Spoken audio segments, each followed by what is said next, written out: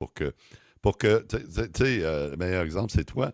Question liberté d'expression. Il y a beaucoup de choses qui se passent en ce moment. Il y a des lois comme des projets de loi comme C2, C8, C9. Puis là, il semble vouloir ressortir, de ressusciter la fameuse loi C63. On n'a pas besoin d'une autre loi pour empêcher les gens de s'exprimer sur les réseaux sociaux. Mais en plus de ça, on veut couper à l'accès à l'Internet à des citoyens qui diraient des choses que le gouvernement n'aime pas.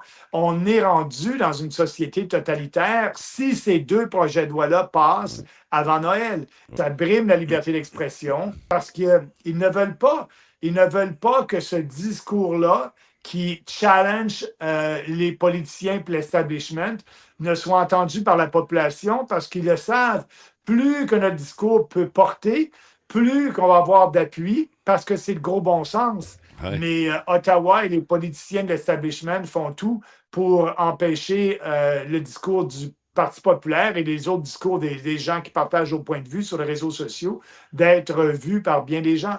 Oui, et ça va à l'encontre de toutes nos chartes des droits, là, ce qu'ils font. Puis, il faut savoir que la liberté d'expression existe pour protéger les discours qu'on n'aime pas. Oui, Et donc, oui. moi, je devrais avoir le droit d'insulter qui que je veux, utiliser les mots, pourvu que ça ne soit pas une incitation à la violence. C'est ça la différence entre le discours haineux du code criminel et le discours haineux dans ces lois-là, où on élargit la définition. La liberté d'expression n'existe pas pour protéger les discours qu'on veut entendre. Non. Elle existe pour protéger des discours qu'on ne veut pas entendre. Ouais. Et là, le gouvernement dit, ben non, on fait fi de la liberté d'expression parce que ce discours-là, c'est un discours haineux.